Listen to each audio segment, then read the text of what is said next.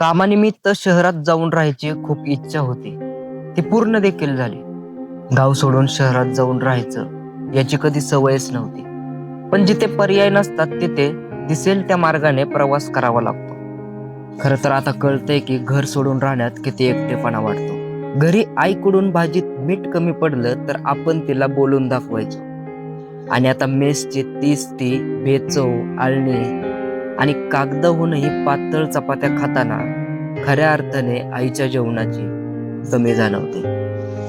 आणि समजतं की आईच्या हातच्या जेवणाची चव इथल्या मेसच्या जेवणाला कधीच येणार नाही. त्यावेळी मुलांचा सगळ्यात जवळचा दोस्त कोण असेल तर तो असतो कॅल्क्युलेटर. पगार झाला की घर भाडे, मेसचे बिल, पेट्रोलचा खर्च, गावाकडे थोडेसे पैसे पाठवून देऊ. कॅल्क्युलेटर म्हणतो स्वतःसाठी किती उरले.